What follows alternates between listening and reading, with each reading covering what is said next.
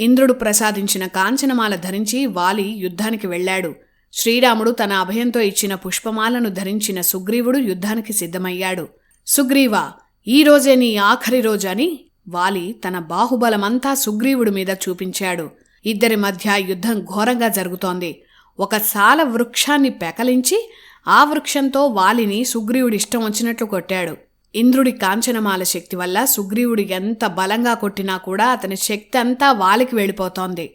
కొంతసేపటికి సుగ్రీవుడు బలహీనుడైపోయాడు. అప్పుడు తాను ఓడిపోతున్నట్టుగా సుగ్రీవుడు శ్రీరాముడికి సైగ చేశాడు. వెంటనే రాముడు ఒక శక్తివంతమైన బాణాన్ని మరింత శక్తివంతంగా ధనస్సుకు సంధించి వాలి మీదకు వదిలాడు. ఆ రామబాణం నేరుగా వాలి గుండెను చీల్చేసింది. ఆ దెబ్బకు అంతటి వాలి నేలమీద పడిపోయాడు.